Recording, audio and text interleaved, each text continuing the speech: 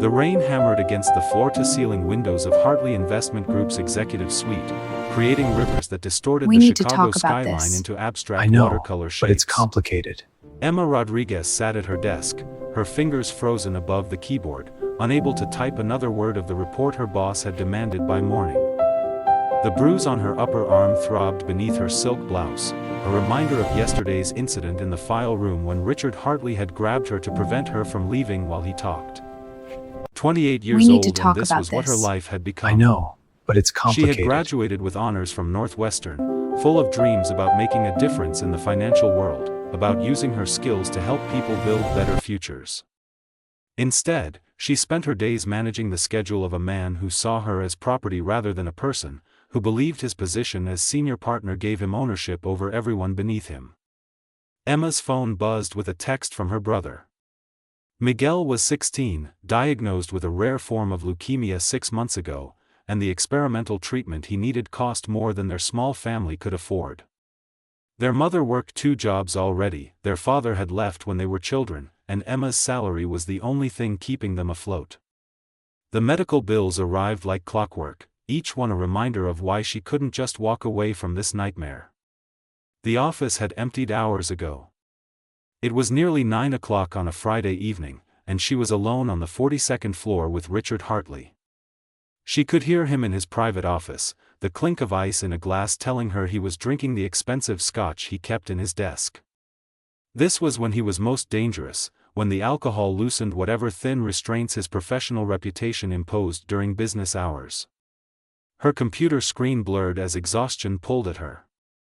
She had been at the office since 6 that morning, had skipped lunch because Richard needed her to sit in on a client meeting, had worked through dinner because he had decided the quarterly reports needed to be reformatted.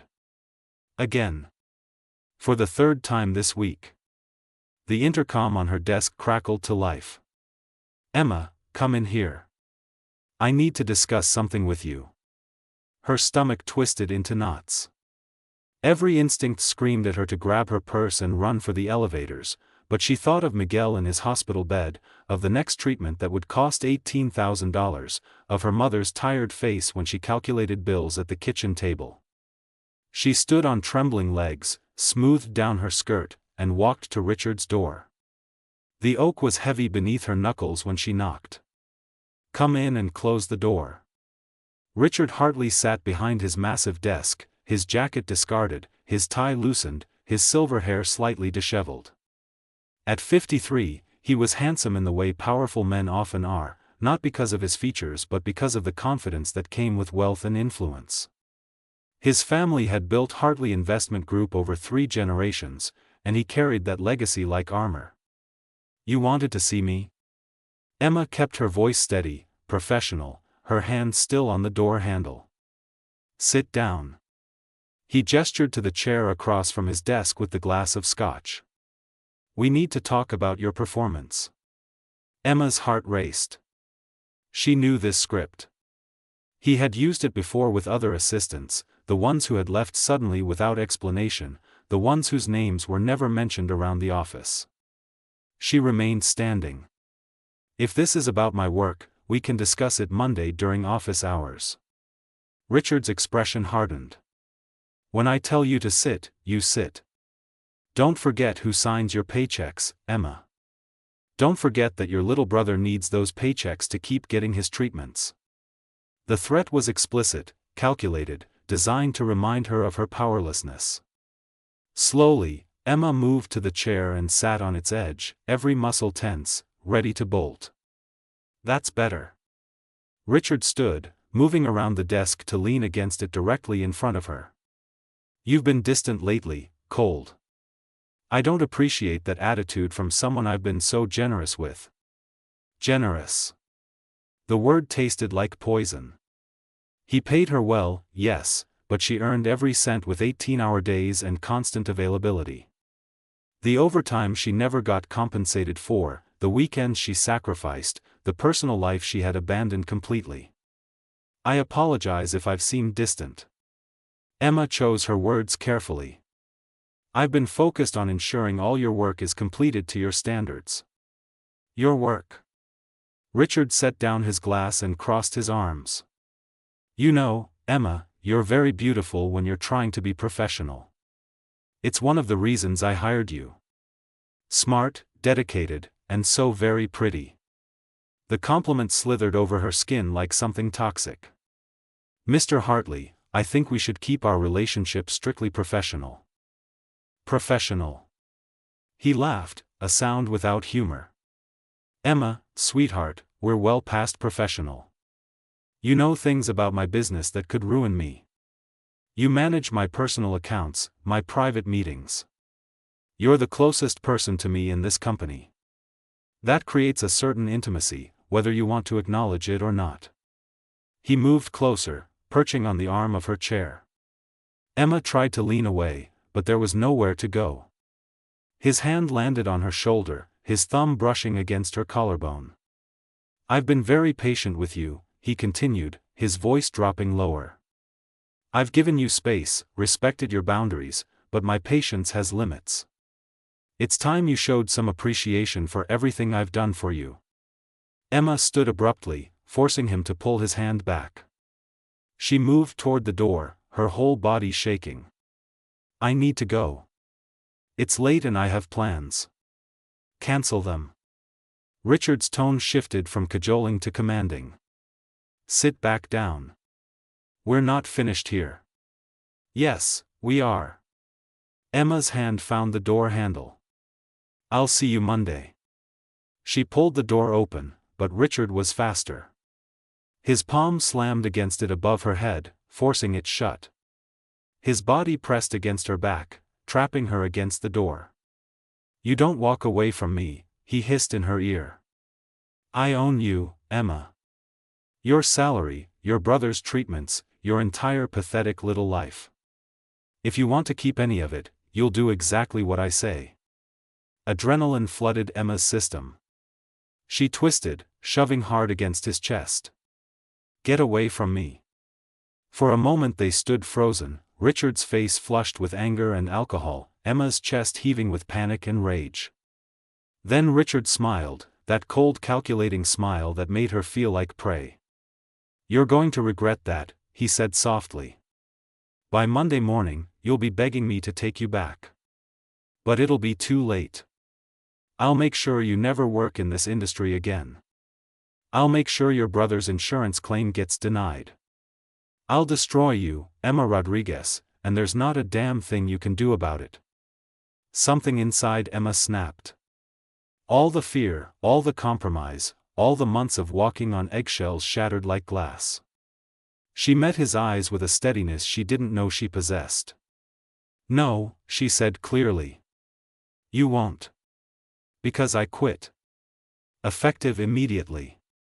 She yanked open the door and walked out, grabbing her purse from her desk without breaking stride. Richard's voice followed her, shouting threats and curses, but she didn't stop. She jabbed the elevator button repeatedly, half expecting him to come after her, to physically prevent her from leaving. The elevator doors opened and she stumbled inside, hitting the lobby button. As the doors closed, she caught one last glimpse of Richard standing in the hallway, his face twisted with fury, his finger pointing at her like a weapon. The elevator descended and Emma collapsed against the wall, her legs finally giving out. What had she just done? She had no job, no income, no way to pay for Miguel's next treatment. Richard's connections ran deep in Chicago's financial sector. He could make good on every threat, could ensure she stayed unemployed, could hurt her family. The lobby was empty when she reached it, just the night security guard who nodded politely as she hurried past. Outside, the rain had intensified into a downpour. Emma stood under the building's awning, realizing she had left her umbrella upstairs and there was no way she was going back for it. She started walking, letting the rain soak through her clothes, not caring. Her apartment was 12 blocks away. She would walk, would clear her head, would figure out what to do next. But with each step, the reality of her situation became clearer. She had just thrown away the only stable income her family had. Miguel's next treatment was in 2 weeks. The rent was due in 5 days. And Richard Hartley was probably already making calls to ensure she never worked again. Emma found herself in front of a small coffee shop, its warm lights glowing invitingly through the rain-streaked windows. She ducked inside, more to escape the storm than from any desire for coffee. The place was nearly empty, just a few people scattered at tables with laptops and books. She ordered something hot, not even registering what the barista said, and took a seat by the window. Her phone buzzed constantly with texts from Richard, each one more threatening than the last. She blocked his number with shaking fingers. "Rough night?" The voice came from the table beside her. Emma looked up to find a man watching her with concern in his dark eyes. He was perhaps in his mid-30s, dressed in an expensive but understated suit, his black hair slightly damp from the rain. "You could say that," Emma replied, surprised to find herself responding. She usually didn't talk to strangers, but something about this night had broken all her usual rules. The man gestured to the empty chair at her table. "Mind if I join you? You look like you could use some company, and I promise I'm not some creep. Just someone else hiding from the rain." Emma should have said no. Should have kept to herself. But the thought of sitting alone with her spiraling thoughts was unbearable. She nodded. He moved to her table, bringing his own coffee.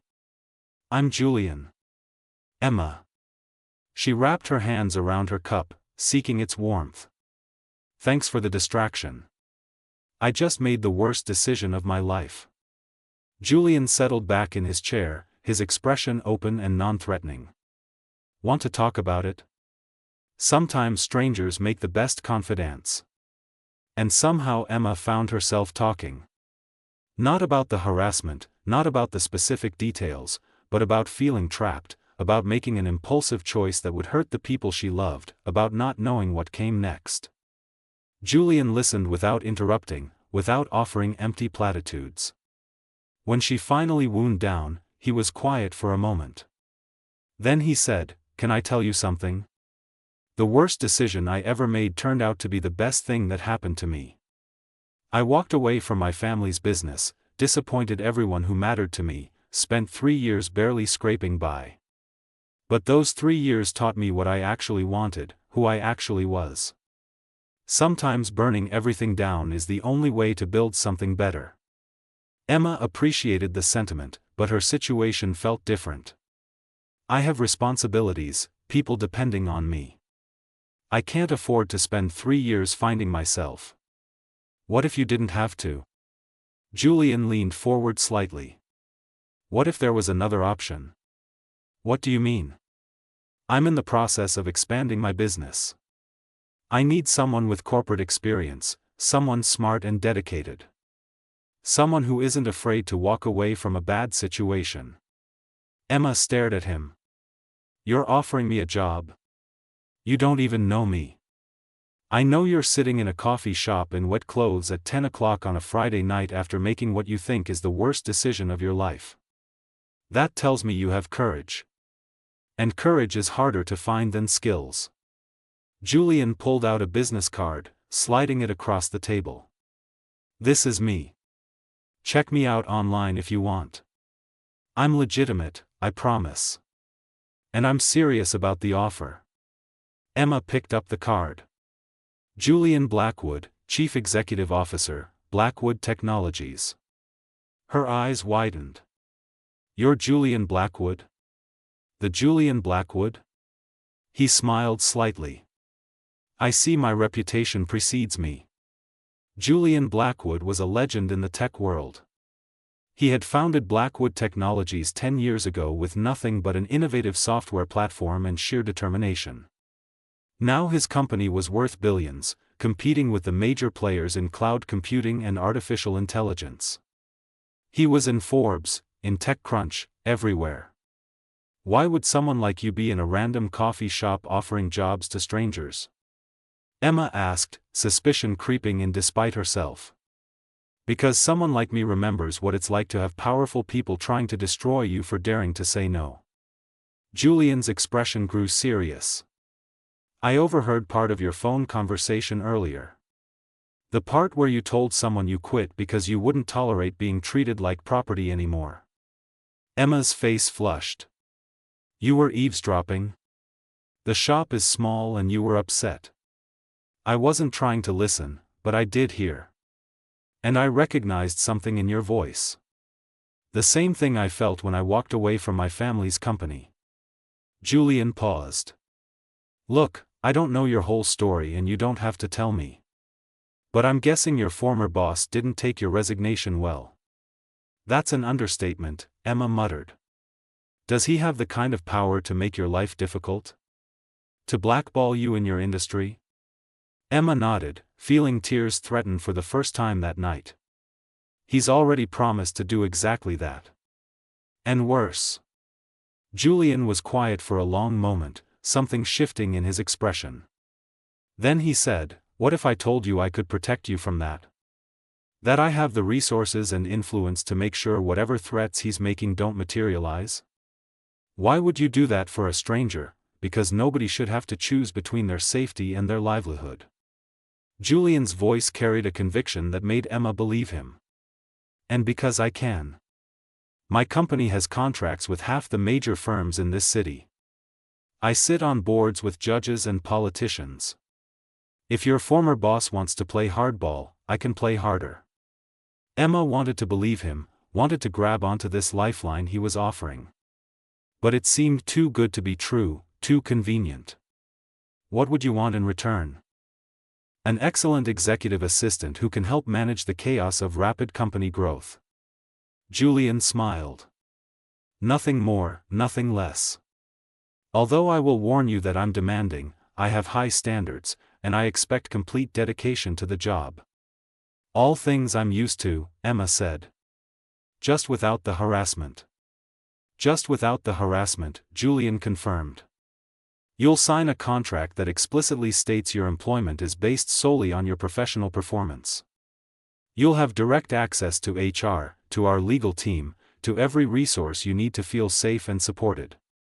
It still felt surreal, like a fairy tale solution dropping into her lap exactly when she needed it most. Emma looked down at the business card in her hands, at the simple elegant design. Her phone buzzed again. This time it was her mother calling. Emma answered, her heart sinking at what she knew was coming. Mija, what happened? Her mother's voice was tight with worry. The insurance company called. They said there's a problem with Miguel's coverage. They're saying his next treatment might not be approved. Emma closed her eyes. Richard had worked fast. He wasn't bluffing about his connections. When? They said someone from his employer contacted them with concerns about fraudulent claims. Emma, what's going on? I quit my job, Mom. Emma's voice cracked. I quit and now Richard is retaliating by going after Miguel's treatment. Across the table, Julian's expression had hardened into something cold and dangerous. He held out his hand for her phone. Emma hesitated, then handed it to him. Mrs. Rodriguez? This is Julian Blackwood. I'm a friend of your daughter's. He listened for a moment. Yes, that Julian Blackwood. I need you to give me the name of the insurance company and the claim number. Julian pulled out his own phone, typing rapidly. No, you don't need to worry about the treatment. It's going to be covered. I'm going to make some calls right now. He spoke for another minute, his tone reassuring and confident, before handing the phone back to Emma. Her mother was crying. Mija, is this real?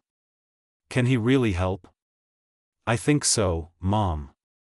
Emma watched Julian as he made a series of calls, his voice clipped and authoritative, talking about insurance fraud, legal implications, and consequences. I think he can help. When Julian finally ended his last call, he looked at Emma with an expression that was equal parts protective and furious. Your former boss just made a serious mistake. Going after a sick child to retaliate against an employee crosses every line. I've just spoken with the insurance company's regional director, who is a friend of mine. Miguel's treatment will be covered, and there will be an investigation into who tried to interfere with his claim. How did you do that so fast? Emma asked, stunned. Connections work both ways, Julian said simply. Your boss isn't the only one with influence. The difference is, I don't use mine to hurt innocent people. Emma felt tears spilling over finally, all the stress and fear and relief crashing through her at once. Julian handed her a napkin without comment, letting her cry without trying to stop her or comfort her. When she finally regained control, she looked at him with new understanding. You meant it, didn't you? About protecting me. I don't make promises I can't keep. Julian's voice was gentle now. Emma, I'm going to be honest with you. Your former boss sounds like a dangerous man who doesn't like losing control. If you take this job, if you accept my protection, things might get worse before they get better. He might escalate, might try other tactics. Are you prepared for that? Emma thought of Richard's face when she walked out, of his threats, of Miguel in a hospital bed needing treatment that Richard had tried to deny him. She thought of all the other women who had worked for Richard before her, the ones who had left quietly with sealed settlements and non-disclosure agreements, their careers derailed, their stories silenced. Yes, she said firmly. I'm prepared. And I'm not going to be quiet about what he did. Good. Julian stood, offering his hand to help her up. Then let's get you somewhere safe tonight. Tomorrow we can start dealing with the aftermath. But right now, you need rest. I have my apartment, Emma started, but Julian shook his head. If your former boss knows where you live, that's not safe. I have a secure property downtown with excellent security. Separate guest suite, complete privacy. You can stay there until we sort this situation out. Emma should have been wary, should have questioned whether trading one powerful man's influence for another's was truly escape. But something in Julian's steady gaze, in the way he had helped Miguel without asking for anything in return, in how he had spoken to her mother with respect rather than condescension, made her trust him. Okay, she said. Thank you, Julian. Don't thank me yet. They walked toward the door together, Julian holding it open as they stepped into the rain. We still have a fight ahead of us. But at least now you won't be fighting alone. A black car pulled up to the curb as if Julian had summoned it telepathically. The driver, a serious-looking man in his 40s, opened the door without being asked. This is Owen, my head of security, Julian explained as they got in. He'll be coordinating your protection detail. Protection detail? Emma repeated. Your former boss broke into your employment records to get your insurance information, Julian said as the car pulled into traffic. That's not just unethical, it's illegal. Someone willing to go that far won't stop easily. Until we have a better handle on what he's capable of, you'll have security. The car glided through wet streets toward downtown, toward whatever came next, toward a future Emma couldn't predict. She looked at Julian's profile in the dim light, at this stranger who had appeared exactly when she needed help most, and wondered if she had just escaped one dangerous situation only to walk into another. But then she thought of Miguel's treatment being approved, of her mother's grateful tears, of walking out of Richard's office with her head held high. Whatever came next, at least she would face it on her own terms, with her dignity intact, and apparently with Julian Blackwood's considerable resources backing her up. The car pulled up to a gleaming high-rise in the heart of downtown. Emma followed Julian through a private entrance, into an elevator that required a keycard, up to a penthouse that took her breath away. Floor-to-ceiling windows showcased the city lights, the rain creating rivers of color down the glass. The guest suite is through there, Julian pointed to a hallway. Everything you need should be stocked. We'll get your things from your apartment tomorrow, but for tonight, just rest. Emma turned to face him. Julian, why are you really doing this? He was quiet for a moment, something complicated passing through his dark eyes. Because when I walked away from my family's business, I had resources, connections, money. Most people don't. Most people get crushed by the powerful people they dare to defy. You shouldn't be punished for having the courage to say no. It was a good answer, but Emma sensed there was more to it, something personal driving his protectiveness. She didn't push. He had given her enough for one night. "Good night, Julian. And thank you." "Good night, Emma." He smiled slightly. "Welcome to Blackwood Technologies. I think you're going to fit in perfectly." As Emma closed the door to the guest suite behind her, she heard Julian on his phone again, his voice low and controlled, discussing security protocols and legal strategies. She sank onto the bed, her body finally registering the exhaustion of the day. Her phone buzzed one last time. A text from an unknown number. "This isn't over, Emma. You're going to regret crossing me."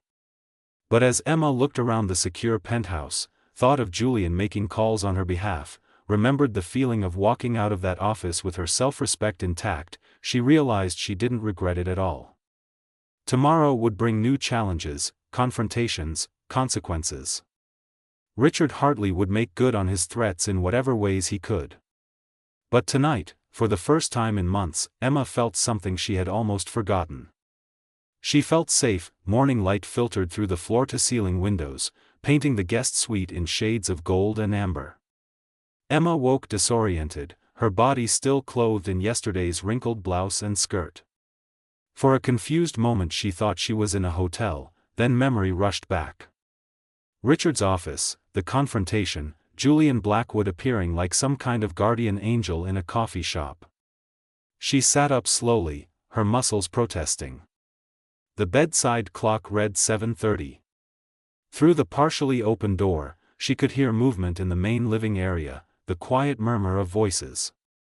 Emma found a bathroom attached to the suite, all marble and chrome, stocked with toiletries that probably cost more than her weekly grocery budget. She showered quickly, the hot water washing away the previous night's terror, though not the memory of it. When she emerged wrapped in a plush robe she found hanging on the door, there were clothes laid out on the bed. Professional attire in exactly her size, still bearing tags from an expensive boutique. A note in decisive handwriting rested on top. "Thought you might need these. Join me for breakfast when you're ready. Julian." The clothes fit perfectly, a navy sheath dress with a matching blazer that made her look competent and polished. Emma studied herself in the mirror, barely recognizing the woman staring back. 24 hours ago she had been trapped, powerless, drowning. Now she stood in a billionaire's penthouse wearing designer clothes, protected by security, offered a job that could change everything. It felt like a dream. Or possibly a different kind of trap. Emma found Julian in the kitchen, an open space with restaurant-grade appliances and a breakfast spread that could feed a dozen people. He was dressed in dark slacks and a crisp white shirt, his hair still damp from his own shower, reading something on a tablet while drinking coffee. "Good morning," he said, looking up with a slight smile. "I hope you slept well. Help yourself to anything. I wasn't sure what you liked, so I had my housekeeper prepare options." "This is too much," Emma gestured at the food, the clothes, everything. "I can't accept all this charity." "It's not charity." Julian set down his tablet. "It's practicality. You needed clothes, you needed security, you needed a safe place to stay. These are problems I can solve easily, so I did. Please don't make it more complicated than that." Emma filled a plate with fruit and pastries, poured coffee that smelled incredible, and sat across from him at the marble counter. "How is Miguel?" "His treatment is scheduled for next Tuesday as planned." Julian's expression was serious. "I had my legal team contact the insurance company this morning. They're investigating who tried to interfere with the claim. Your former boss left digital fingerprints all over that attempted sabotage. Can they prove it was Richard? They can prove someone from Hartley Investment Group accessed confidential medical records and made false fraud allegations to an insurance provider. That's multiple felonies." Julian paused. "Emma, I need to ask you something important. Do you want to press charges?" The question hung in the air between them. Emma thought of Richard's face, his threats, his absolute certainty that he was untouchable. Against that, she thought of the other women he had harassed, the ones who had left quietly, who had taken settlements and signed papers promising never to speak. I want him to face consequences, Emma said slowly. But I also know how powerful he is, how many connections he has. Will pressing charges actually accomplish anything, or will it just put a target on my back? Julian was quiet for a moment, considering. Honestly? It could go either way. Richard Hartley has friends in the prosecutor's office, judges who owe him favors. Even with clear evidence, getting charges to stick won't be easy. He leaned forward. But there are other ways to ensure consequences. Ways that don't involve the legal system. What kind of ways? The kind that involve leverage, information, and strategic pressure. Julian's voice was measured. I've spent the morning having my people look into Richard Hartley's business dealings. He's not as clean as his reputation suggests. There are questionable transactions, clients who might be interested to know their money hasn't been managed quite as ethically as they believed. You're talking about blackmail, Emma said flatly.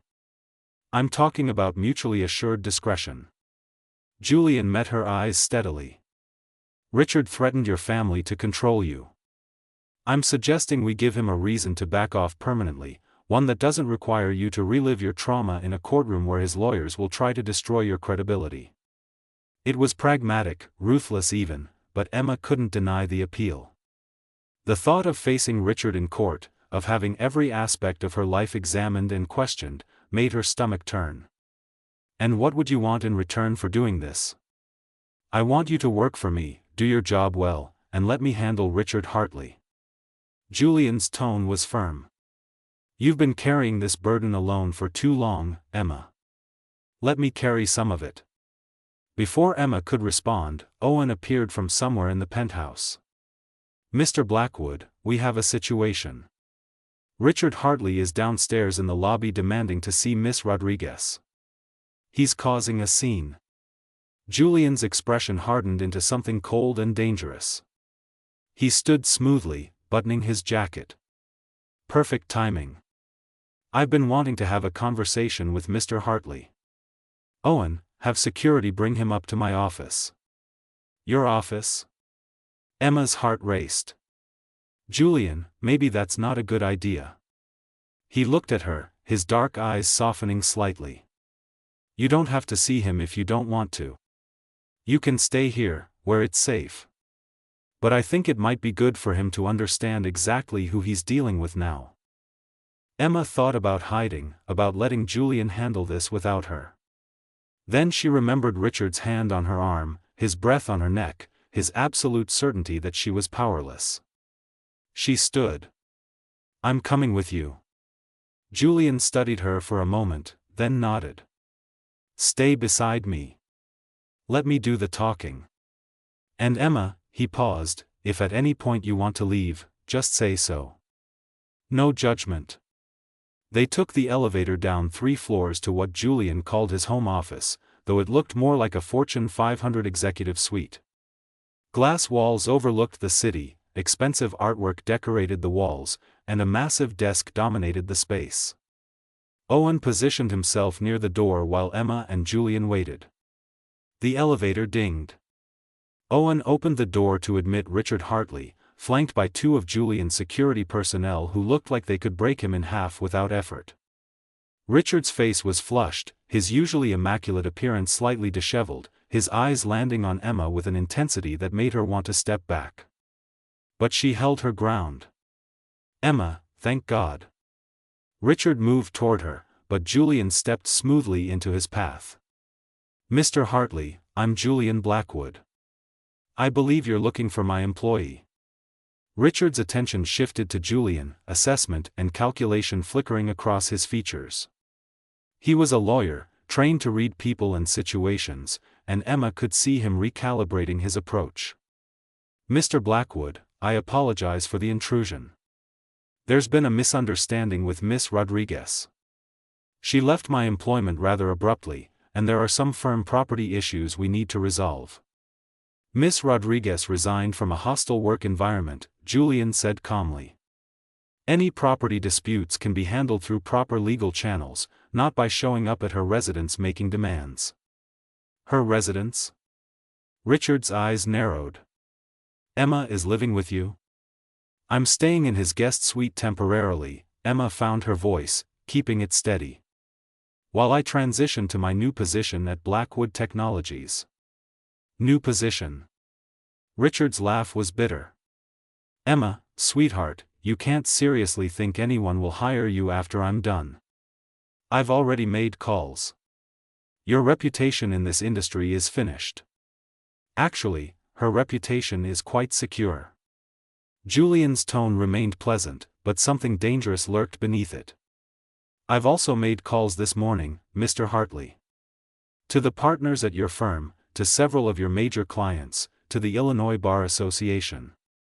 Interesting conversations. Richard's face paled slightly. What are you talking about?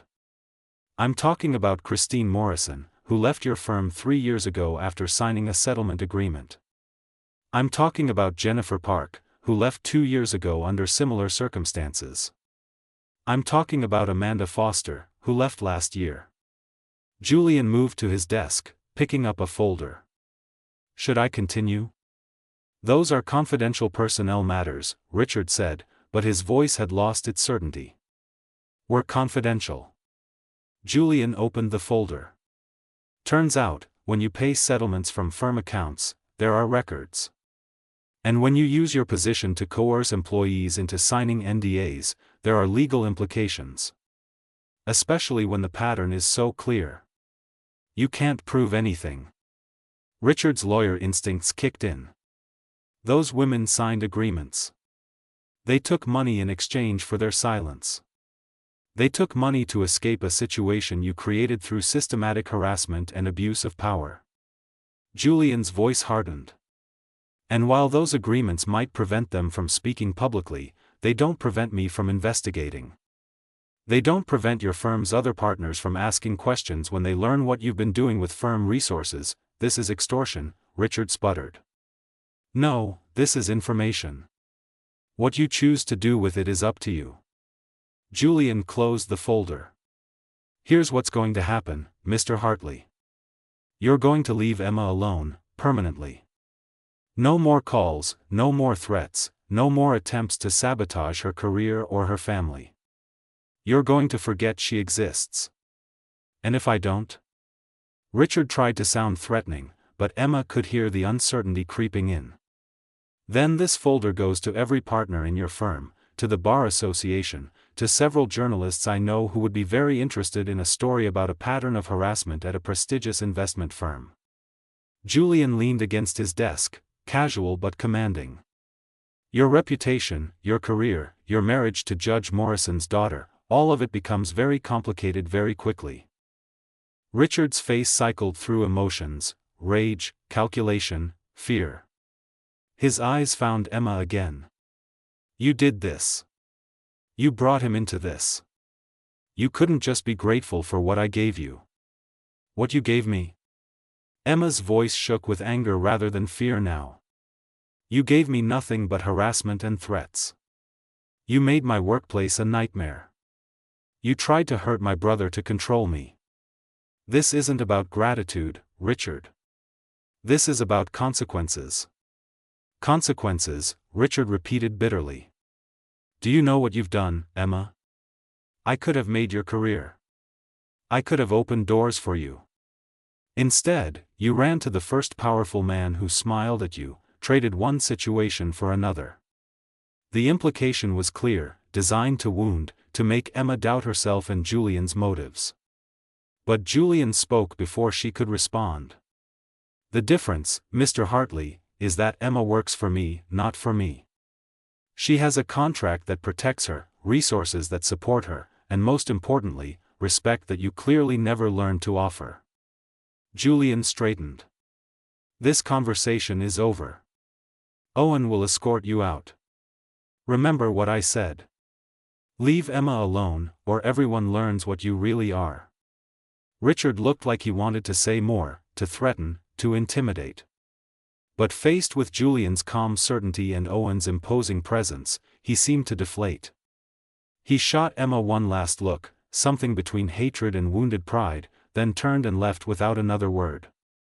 When the elevator doors closed behind him, Emma felt her legs go weak. She sank into a chair, adrenaline draining out of her in a rush. That was intense. Julian moved to a cabinet, pouring 2 glasses of something amber. He handed her one. "Drink this. It'll help." Emma sipped. Expensive whiskey, smooth and warming. "Did you mean it? About the other women, the evidence?" "Every word." Julian sat across from her. "My investigators are thorough. Richard Hartley has been abusing his position for years, using firm resources to cover it up. The settlements, the NDAs, the pattern of behavior, it's all documented. Will you really expose him if he doesn't back off?" Without hesitation. Julian's expression was serious. "Emma, men like Richard operate with impunity because they rely on their victims being too scared or too isolated to fight back. The moment someone with equal or greater power says no, their entire system collapses." "Thank you," Emma said quietly. "For standing up for me. For believing me.